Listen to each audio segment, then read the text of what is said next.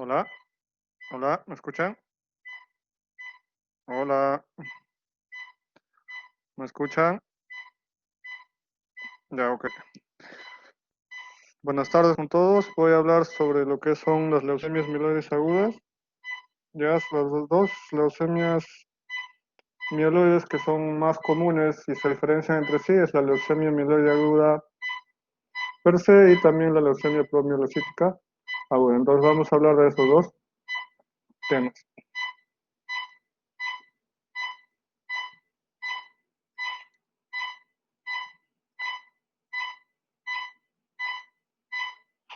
Ok, todos están presentes. Ya, entonces vamos a empezar. La leucemia mieloide aguda es una de las leucemias agudas que comprende el 80% de las leucemias agudas en adultos, ¿sí? Sobre todo en aquellas personas mayores de 60 años. A la vez representa un 15 a 20% de la leucemia de los niños. Entonces, como es un poco baja, la leucemia más común en niños es la leucemia linfática aguda. A la vez, la única que sobresale dentro de la etapa neonatal es la leucemia mieloide. Es la más frecuente en neonatos. En relación sexo, es más frecuente en el varón que en la mujer. Su incidencia va a estar dada aproximadamente 4 por cada 100.000 habitantes en mayores de 65 años, aumenta hasta 15 por cada 100.000 habitantes. O sea, 4 por cada 100.000 es en menores de 65 y en las personas mayores de 65 aumenta hasta 15 por cada 100.000 habitantes. Representa el 1.2% de todas las muertes por cáncer y la supervivencia global a 5 años calculada más o menos hasta el 2012 fue de 26.6% en todos los pacientes que tienen leucemia mieloide aguda. Y esto es lo que vamos a ver.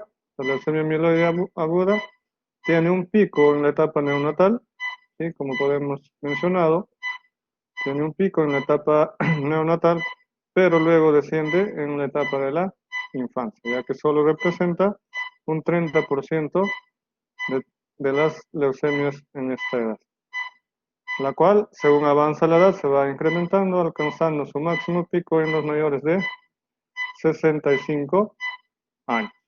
Entonces, a mayor edad, mayor incidencia de lo que es la leucemia mieloide aguda. La leucemia linfática aguda es a la inversa, tiene mayor incidencia en este nivel y tiene un descenso un poco marcado hacia las etapas posteriores.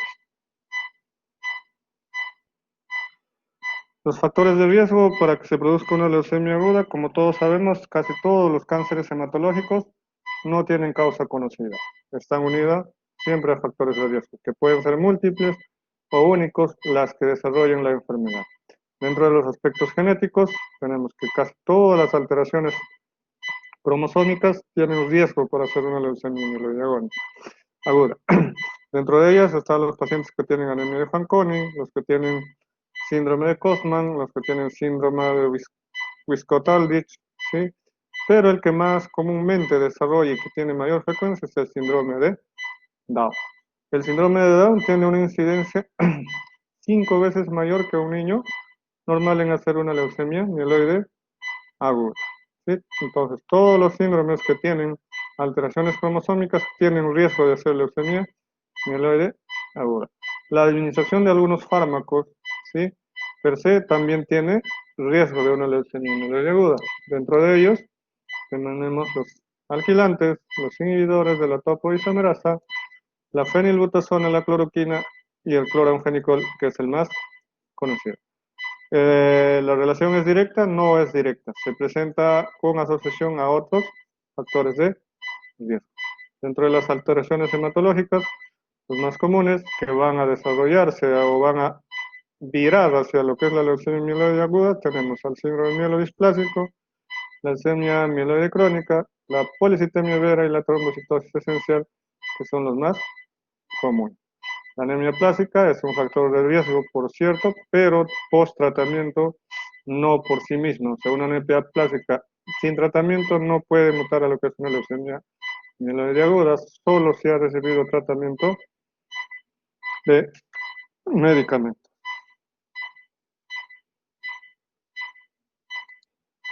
Dentro de factores ambientales, ustedes ya conocen radiación, bencenos, pinturas, herbicidas, pesticidas, alcohol, obesidad. Son los más comunes. Puede ser la presencia de uno solo de estos factores, de dos o tres o de los cuatro factores que van a desarrollar la leucemia o van a llevar a desarrollar la leucemia mieloide aguda. La clasificación tiene varias maneras de clasificarse la leucemia mieloide aguda. Una de ellas es morfológica, inmunológica y citogenética. Vamos a ver cada una de ellas. La clasificación morfológica, según la característica de las células inmaduras o blastos, se van a clasificar en M1, M2, M3, M4, M6 y M7. La leucemia M0, que es la no diferenciada, generalmente no se puede diferenciar si es mieloide o es linfoide. ¿Por qué? Porque el blasto es de tamaño pequeño, tiene núcleo o nucleolos dentro de su núcleo y se puede confundir ya sea como linfoide o mieloide. Sin embargo, a partir de la M1 ya se puede diferenciar. Si nosotros nos damos cuenta, todos los blastos de este gráfico son grandes, ¿ya? Son grandes, grandes, grandes, grandes. Bueno, esto es la M6, que es lo que se llama la leucemia eritroide. ¿Sí? Esto, la característica del blasto es muy diferente. Y la LMA-M7, que es una megacariocita, que el blasto todavía es mucho más grande. Entonces, ¿en qué se diferencia de lo que es la linfoide? La linfoide, sus blastos son pequeños, ¿sí? En cambio, en las mieloides, sus blastos son grandes. Lo que ustedes deben saber, que lo más común de todas estas leucemias es la no diferencial, ¿ya? Y la que tiene el mejor pronóstico es la leucemia promielocítica, que es la M3.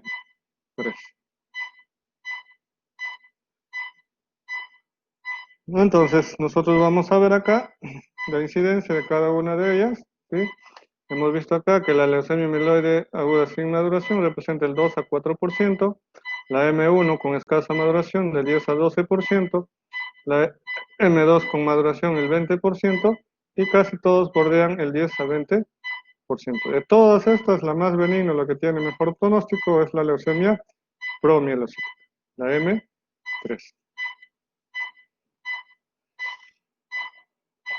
La clasificación de la OMS se basa en lo que es la unión de lo que es morfología y citogenética. Sin embargo, esto solo es para que ustedes lo conozcan, no es necesario que lo aprendan, ¿sí? La OMS lo ha clasificado en leucemia mieloide A con ciertas anomalías genéticas, o sea que se encuentra la mutación o la translocación, la LMA que es secundaria a lo que es una mielodisplasia, ¿sí? La LMA que no es específica, en ese lado sí está lo que es la M1, M2, M4, M5, y en lo último están las leucemias que provienen en aquellos pacientes que tienen alteraciones cromosómicas. Todo esto para la OMS es importante, sin embargo, esto solo es teoría para ustedes. Dentro de la clasificación inmunofenotípica, cada una va a tener diferentes variedades de marcadores inmunofenotípicos.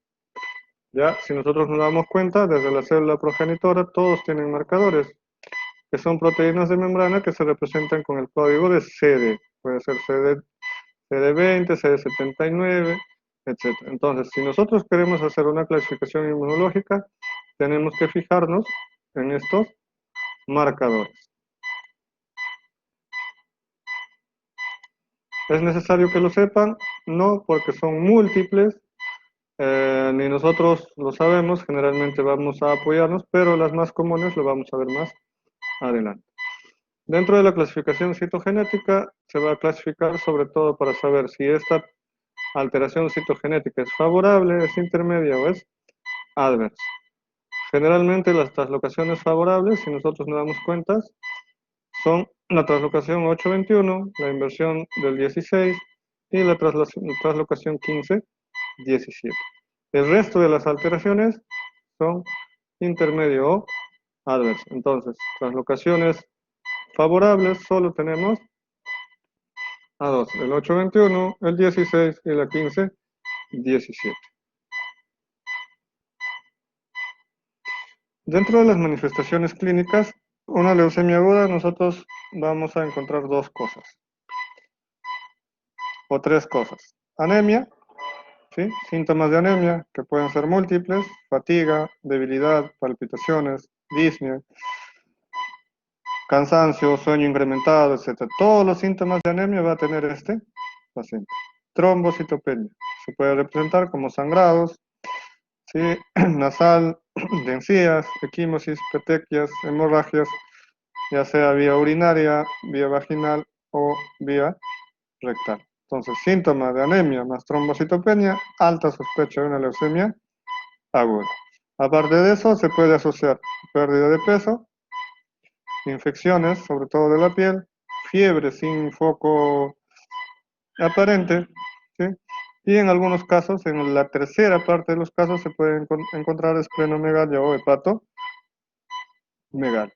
En las leucemias mieloides agudas no va a haber linfadeneuropatías, salvo en la variante monocítica. Sin embargo, a pesar que se puede presentar en este tipo de leucemia, es muy raro que nosotros encontremos adenopatías en una leucemia mieloide aguda. Entonces, sospechamos de una leucemia aguda, síntomas de anemia y de trombocitopenia asociada a síntomas B. ¿Cómo hacemos el diagnóstico? Una historia detallada, una exploración física completa. Dentro de los exámenes de laboratorio que nos van a confirmar el diagnóstico está el frotis de sangre periférica y el examen de médula ósea. En algunos casos, cuando nosotros tenemos compromiso neurológico o tenemos síntomas neurológicos, vamos a hacer también una punción lumbar. Aparte de eso, todos los exámenes básicos que nosotros vamos a pedir, hemograma, creatinina, perfil hepático, perfil de coagulación, que es lo que normalmente se mide en una balanza hemostática y también la bioquímica cerca.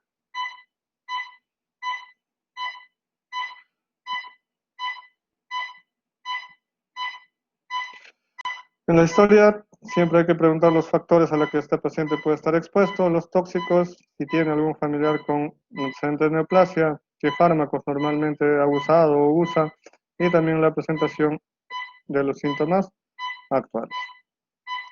En la exploración física, ya dijimos, hay que examinar lo que son las mucosas para ver si hay petequias o sangrado, hay que buscar lo que es linfadenopatías y hepatosplenomegalia a nivel abdominal. El examen es muy dirigido, examinamos piel y mucosas, adenopatías y hepatosplenomegalia. No necesitamos hacer otro tipo de examen físico.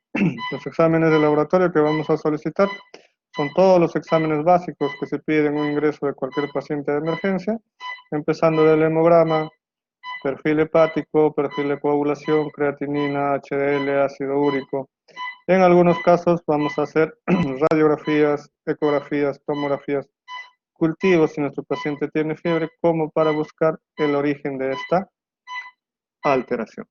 Sin embargo, para nosotros hacer un estudio más completo, también vamos a hacer serología viral, porque una de las causas de lo que es, o desencadenantes de lo que es las leucemias agudas, son las infecciones virales.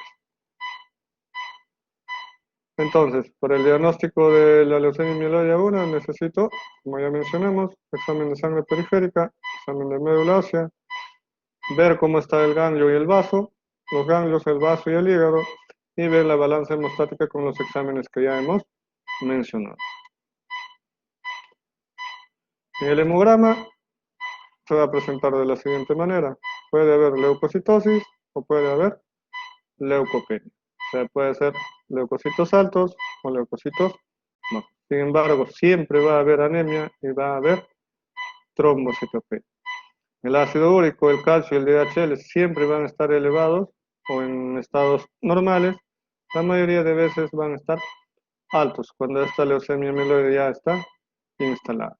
En el flujo de sangre periférica va a haber presencia de células inmaduras o leucémicas que normalmente nosotros le llamamos blastos. El aspirado de médula, que es la principal herramienta diagnóstica, nos va a servir para hacer todas estas pruebas: el mielograma, citometría de flujo e inmunofenotipo, citogenética y panel molecular.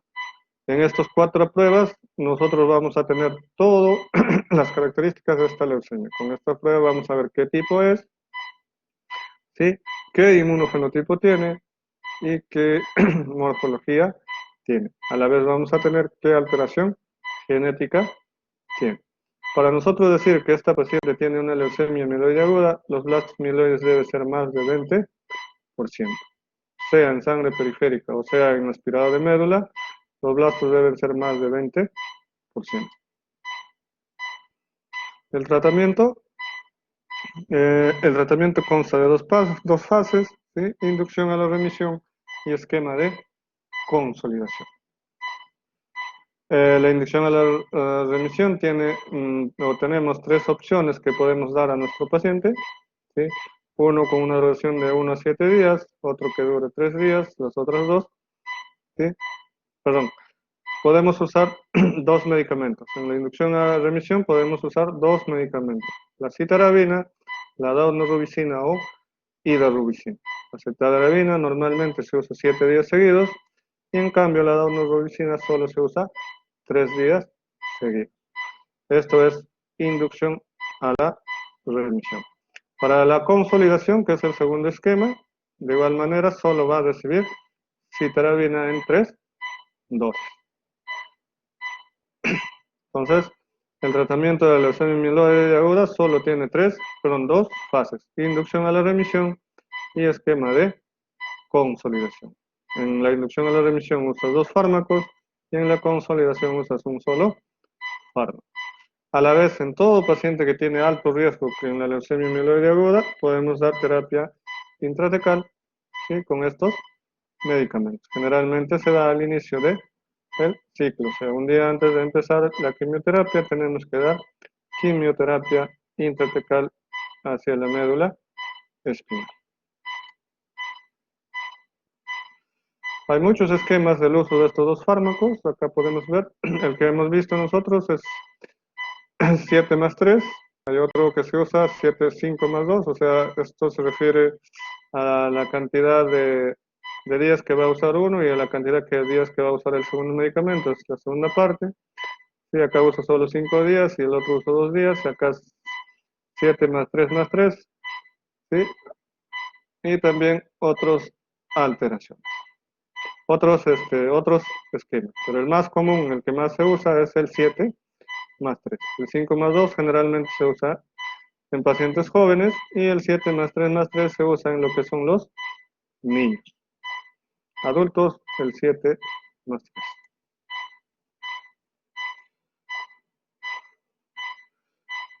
3. En la actualidad se sigue estudiando algunos fármacos para ver si mejoramos la sobrevida de estos pacientes. Hemos visto que solo tienen una supervivencia de 24% más o menos, ¿sí?, a 5 años. Entonces, se está buscando ampliar esta sobrevida de todos estos pacientes. Entonces, hay muchos agentes que se están estudiando, como acá podemos ver, el Vosaruxin, el CPX-351, el Vosabolcertib. O sea, todos estos fármacos que nosotros vemos acá todavía están en estudio.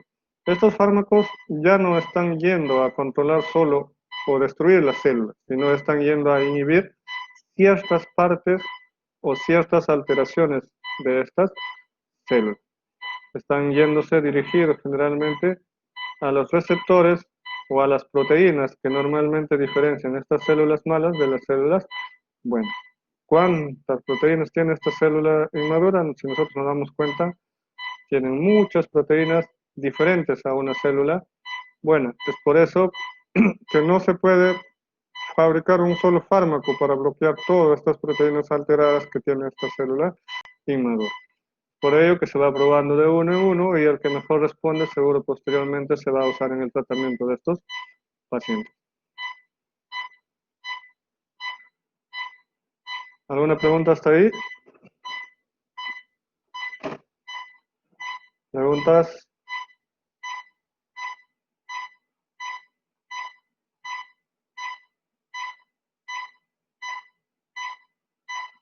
pregunta, nos vamos a llamar a ver si han entendido o no.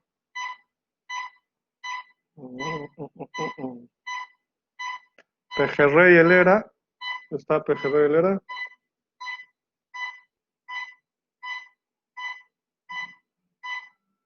Pejerrey Helera, ¿no está?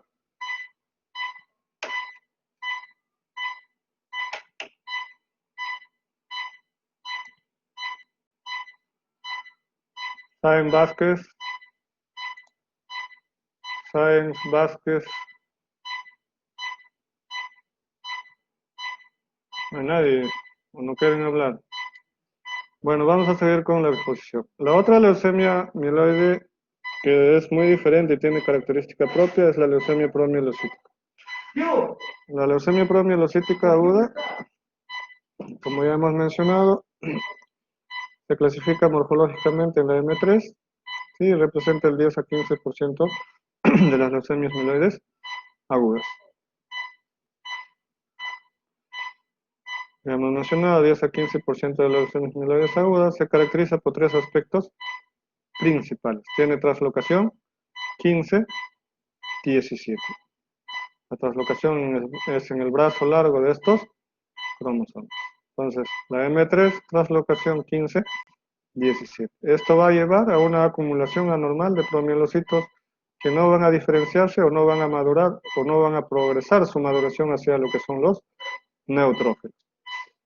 Esta alteración o este incremento de los promielocitos van a alterar lo que es la coagulación.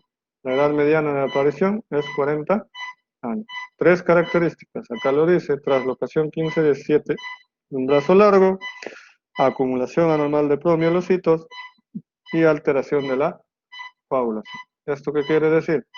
Que todo paciente con alta sospecha de leucemia aguda que tiene alteración marcada en la coagulación, lo más probable es que sea una leucemia promielocítica aguda.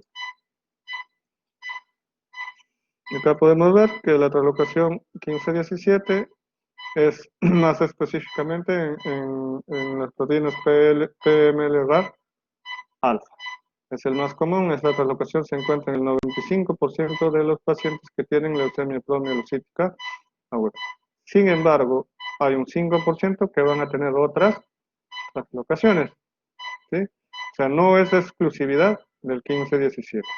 Acá podemos ver que puede haber translocación 11-17, 5-17, 11-17, 17-17 y otras alteraciones. Si bien es cierto, su frecuencia es mínima,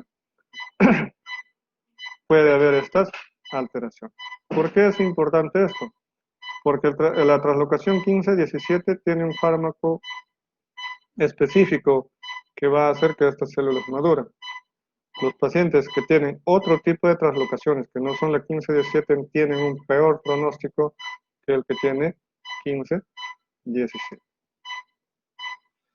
Las manifestaciones clínicas, ya hemos dicho, como tienen trastorno de coagulación van a tener hemorragias, ¿sí?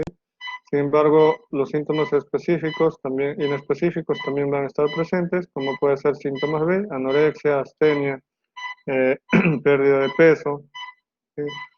La fiebre, 30% de estos pacientes porque van a ir sobrecargados de una infección, y visceromegalia es muy escaso en 7% de pacientes. Como podemos ver acá, la característica principal de este tipo de leucemia son las hemorragias. Como podemos ver, este paciente tiene equimosis grandes en casi todos los miembros inferiores. Y esta de acá tiene unas manchas tipo petequias, pero que no son petequias porque son muy grandes y muy oscuras en las piernas. Hay de dos tipos, morfológicamente hablando, lo que es la leucemia promielocítica aguda, el M3 hipergranular y el M3 variante que se hace hipogranular. Sus características inmunofenotípicas podemos ver acá. Hola. Podemos ver acá el CD33, el CD3, el CD15, ¿sí? En cambio acá el CD34 es negativo en lo que es el M3 hipergranular. En el M3 variante o hipogranular el CD34 va a ser positivo. Generalmente el M3 hipergranular tiene leucocitos bajos, en cambio el M3 hipogranular va a tener hiperleucocitosis. La hemoglobina generalmente está baja lo que es en la hipergranular y en hipogranular va a estar normal. Entonces tiene ciertas variaciones o ciertas características particulares según el tipo de presentación de la leucemia promielocítica aguda. Y esto se ve en una lámina, ¿sí? Vamos a ver el hipergranular, todo su citoplasma y parte del núcleo tiene gránulos grandes, ¿sí? Que se ve en casi toda la muestra. En cambio, en la hipogranular, nosotros podemos ver que sus gránulos son muy escasos y son más finos o puntiagudos. Entonces, la clasificación hipergranular y hipogranular es morfológica. Ya hemos mencionado que no solo hay translocación PML alfa, el 95% es de la translocación 15-17, el resto 5% se van a repartir en diferentes otras translocaciones.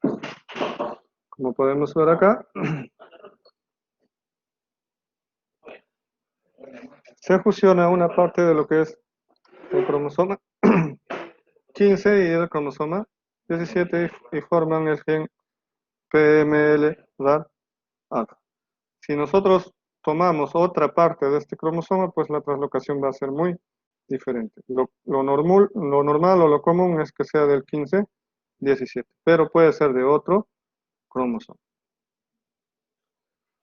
Factores pronósticos. El pronóstico va a depender solo de dos cosas, de los leucocitos y las plaquetas. Tenemos riesgo estándar, cuando los leucocitos están menos de 10.000 y las plaquetas más de 40.000, sobrevida libre de enfermedad a 4 años, 100% alcanzan. Riesgo intermedio, los leucocitos tienen menos de 10.000, sin embargo ya las plaquetas están menos de 40.000, alcanza un 80-90% de sobrevida libre de enfermedad, y el riesgo alto solo considera leucocitos mayor de 10.000, sin tener en cuenta las plaquetas. En ese caso, la sobrevida ya disminuye hasta 60-70%. Entonces, para estratificar el riesgo en la leucemia promielocítica aguda, solo necesito leucocitos y plaquetas. No necesito otra cosa más. El tratamiento debe ser precoz porque este paciente tiene mucho alto riesgo de fallecer. En hematología es la leucemia que se considera una emergencia hematológica. ¿Sí? El tratamiento debe iniciarse en forma precoz. Las estrategias a aplicar: se inicia el tratamiento con el ácido transretinoico, que algunos le dicen ATRA, ¿sí? Es por vía oral, es el primer medicamento que se debe instaurar en este tipo de pacientes. Apenas se sospecha de una leucemia promielocítica. No necesito confirmar el diagnóstico para yo empezar el tratamiento, porque es una emergencia hematológica. ¿Me puedo equivocar al darle la medicina? Sí, me puedo equivocar, pero se tiene que correr ese riesgo. Hay que tratar de controlar lo que es las alteraciones de la coagulación, administrando transfusión de plaquetas, plasma fresco y fibrino. A la vez, si tiene alguna infección, hay que tratar con antibióticos y en algunos casos hay que dar factores de crecimiento hematopoyético. ¿Cómo es el tratamiento? Normalmente también este, este tipo de leucemia mieloide aguda tiene 3 fases de tratamiento: fase de inducción, fase de consolidación y fase de mantenimiento. En cambio, la leucemia mieloide aguda per se solo tenía 2 fases. En la fase de inducción tenemos muchas alternativas, ¿sí? El ácido transretinoico más quimioterapia es una de las alternativas, ¿sí? Que puede ser con un antraciclínico o puede ser con citarabina. La quimioterapia puede ser con un antraciclínico o con citarabina. El tratamiento de ácido transretinoico con el trióxido de arsénico son vía oral. En la actualidad, este tratamiento en los países desarrollados es de primera línea, ¿sí? En cambio, en nuestro país todavía estamos con la quimioterapia y el ácido transretinoico. Y también puede usar como monoterapia el ácido, perdón, el trióxido de arsénico. En el mantenimiento solo se usa vía oral, sí, las 6 mercaptopurina, metotrexate y ácido transretinoico. retinoico. Y en pacientes para consolidación puede usar cualquiera de los medicamentos que he usado durante la inducción. Entonces tenemos muchas alternativas para dar tratamiento a una leucemia promielocítica aguda. El ideal que se da son estos fármacos que son por vía oral. Ya no se está usando quimioterapia en algunos pacientes en otros países. Bueno, este era un gráfico para más o menos conocer la dosis. El ATRA es 45 miligramos por metro cuadrado de peso por día. ¿Sí? Generalmente se mantiene durante todo el tratamiento, ya sea inducción, consolidación y mantenimiento. Según los estudios que han hecho, han tratado de comparar los diferentes esquemas. ¿Sí? Y podemos ver cuáles han sido mejores. Acá podemos ver el trióxido de arsénico, ¿sí? La dosis de 15 miligramos por kilo ha llevado a un 100% de remisión completa, a un 90% de remisión molecular y días libre de enfermedad más o menos de 52 días. Entonces, con este tratamiento solo con el trióxido de arsénico, según este estudio que es del 2003, alcanzó remisión completa en 100% de estos pacientes. Según los otros estudios que han usado otros tipos de medicamentos, acá ha usado el ATRA, ¿sí? A la dosis de 25 miligramos por metro cuadrado, ¿sí? Más citarabina, ha alcanzado también un 95% de respuesta completa. Si nosotros nos damos cuenta, casi todos los estudios superan el 92%, salvo en los últimos estudios que están por encima del 80%, remisión completa. Si nosotros después de la remisión continuamos el tratamiento, nos podemos dar cuenta que va a aumentar los meses de sobrevida global y lo que es libre de enfermedad. Solo el primer estudio, que es de Lazo, ha encontrado que tiene a 2 años 80% de sobrevida global. Y sobrevida libre de enfermedad también 80% a 2 años. En cambio, en los otros estudios han encontrado una sobrevida un poco más inferior, 68, 85, pero casi todos están sobre 80%. Entonces, todos estos tratamientos sí están funcionando en este tipo de leucemia. Es por eso que en la actualidad, si se inicia tratamiento en forma oportuna, es de buen pronóstico la leucemia promielocítica aguda. Entonces, haciendo un resumen, todo paciente que tiene el PMR alfa positivo tiene 3 opciones. ¿Sí? Dióxido de arsénico como monoterapia, gemtuzumab como monoterapia o usar esta quimioterapia más un ATRA o ácido transretinoico. Si este paciente tiene remisión molecular, generalmente va a autotrasplante o autotrasplante de médula ósea. Si tiene persistencia molecular, tiene que ir a un trasplante halogénico. Trasplante autólogo, trasplante halogénico. Depende de la remisión molecular. ¿Y qué es lo que hace el ácido transretinoico? Normalmente de un mieloblasto se va a diferenciar a un promielocito. Ya, eso es lo normal. El gen PMR alfa normalmente se une a lo que es el núcleo del promielocito. Acá vemos al gen PMR alfa se va a unir al núcleo del promielocito. Una vez que se une, no va a progresar su maduración, o sea, se va a formar los neutrófilos. Entonces, por eso que esto se va a incrementar. Esto es lo que dice. Se producen exageradamente los receptores del ácido retinoico, ¿sí? Eh, y esto va a bloquear la diferenciación y la maduración de las células y por eso se produce la leucemia promielocítica aguda. Entonces, ¿qué hace el ATRA? El ATRA induce a la maduración.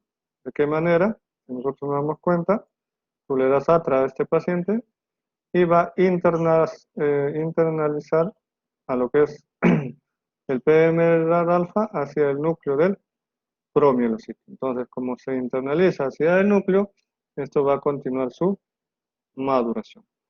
Va a terminar a formar lo que es un neutrófilo segmental. Entonces, ¿qué hace el ATRA? Internaliza o bloquea el PML-RAR alfa para que continúe la maduración del promielocito. Y esto es lo que se ha visto. Normalmente,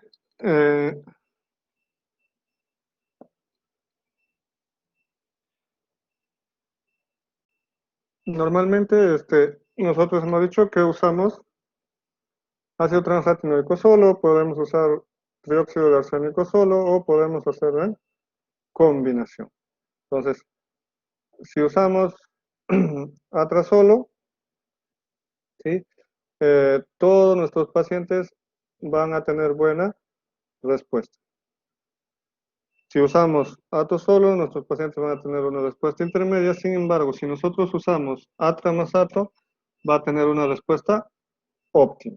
¿Ya? Entonces, el ATRA solo, nosotros lo podemos usar, pero no tiene una buena respuesta. El que te va a dar mejor respuesta es el ATRA más ATO. Sin embargo, si nosotros usamos estas alternativas después de la consolidación, podemos ver que casi los tres fármacos, así sea combinados, van a tener el mismo efecto. ¿Ya? Entonces, ¿qué quiere decir esto? Que en forma inicial no es recomendable usar un solo fármaco. Es necesario usar la combinación.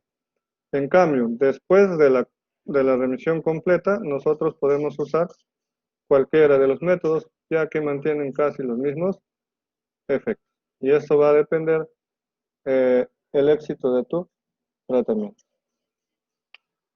El trióxido de arsénico, ¿qué hace? Normalmente, cuando hay una alteración a nivel del promielocito, también va a haber una alteración a nivel del ambiente de la médula ósea. Entonces, si nosotros cambiamos este ambiente porque hay un incremento de lo que son los promielocitos, este ambiente también va a necesitar modificarse. ¿Ya? Entonces, como se modifica el ambiente, se modifican las células y hay cambios en todo ese lugar donde se están produciendo exageradamente las células, esa tenemos que controlar. ¿Qué hace el ATO? Bloquea el factor de crecimiento celular. Va a bloquear el factor de crecimiento celular. Esto a su vez va a mejorar el microambiente, va a llevar a la diferenciación de este promielocito y a la vez va a llevar a la apoptosis de las células alteradas. Mejor dicho, aparte de diferenciar a la promielocito, a las células que están muy alteradas le va a producir apoptosis y a la vez va a mejorar el ambiente. O sea, tiene tres mecanismos diferentes para mejorar o tratar lo que es la leucemia promielocito. Lo que no hace, lo que es el ácido transretinoico, ¿no? Él solo busca o hace diferenciación celular.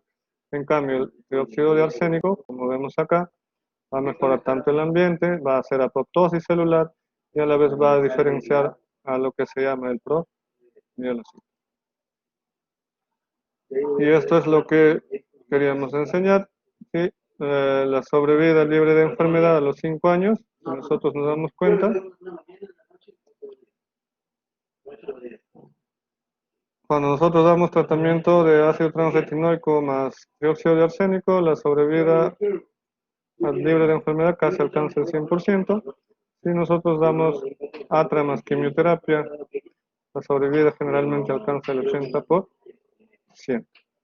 En caso de sobrevida libre de enfermedad, de sobrevida global libre de enfermedad, nosotros vamos a ver igual que si damos solo ATRA con dióxido de arsénico, casi alcanza el 95 a 100%. En cambio, si damos con quimioterapia, va a reducirse hasta un 50%. Entonces, ¿cuál es el mejor tratamiento? Dar el tratamiento combinado de ácido transretinoico con dióxido de arsénico. Bueno, gracias. Preguntas, aportes.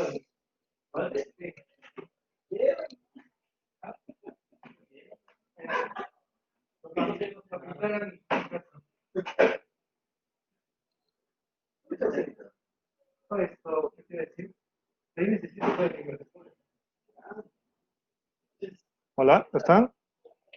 ¿Preguntas, aportes, algo para aclarar?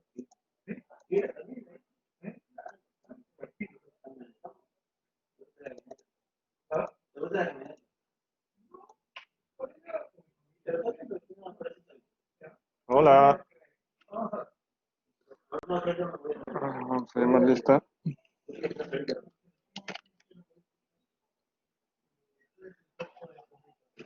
Guerrero Aguilar. Guerrero Aguilar. Guerrero Aguilar.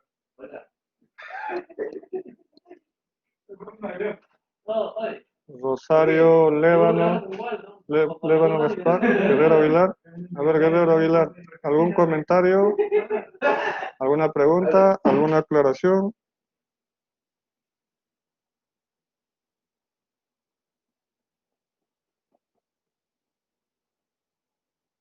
Mm, Ahí voy, ahí voy, ahí voy, ahí voy, ahí voy, ahí voy. Arias Rivas. Sí, sí, sí. Arias Rivas. Ahí va, ahí está. Ya, Arias Rivas. A ver, ¿cuándo sospechas de una leucemia promielocítica aguda?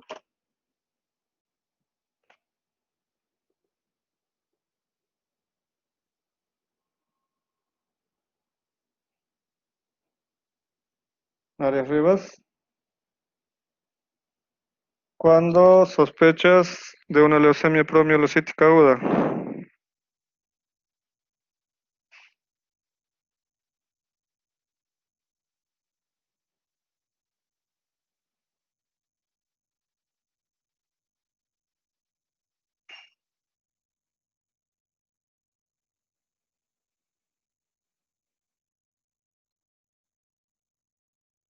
Ya, a ver, Quiroz Justo.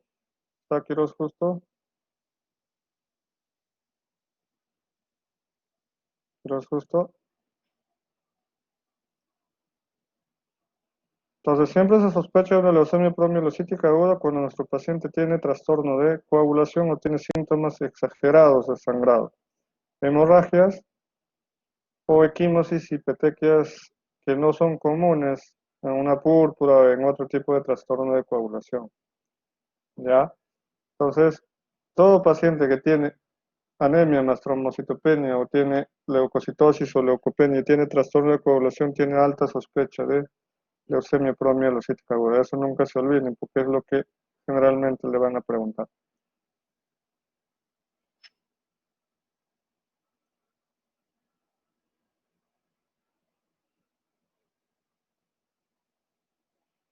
¿Cuál es la leucemia mieloide aguda más de presentación benigna? Hemos dicho que es la leucemia promielocítica aguda. El que tiene mejor respuesta al tratamiento es la leucemia promielocítica aguda. El que tiene mejor sobrevida es la leucemia promielocítica aguda. Entonces, si a ustedes les preguntan de las leucemias mieloides agudas, la que tiene mejor o es mejor para el paciente es la leucemia promielocítica aguda. ¿Y cuál es la peor? ¿Cuál es la más mala o la más agresiva de las leucemias mieloides? A ver, Quiroz, ¿dónde está? Altamirano, Altamirano Flores. Muchachos, pregunten, no preguntan nada, ustedes están haciendo quedar mal a la universidad, siempre los de su universidad preguntan bastante. ¿Cuál es la leucemia mieloide aguda más agresiva? La leucemia M7 omega cariocítica es la más agresiva. Y la más frecuente, si nosotros nos damos cuenta, es la M5, la monocítica, es la más frecuente. El tratamiento, ya hemos dicho, el diagnóstico, hemos dicho que se hace con 4 parámetros, eso también les van a preguntar. Ustedes no preguntan nada, yo les voy a estar enseñando.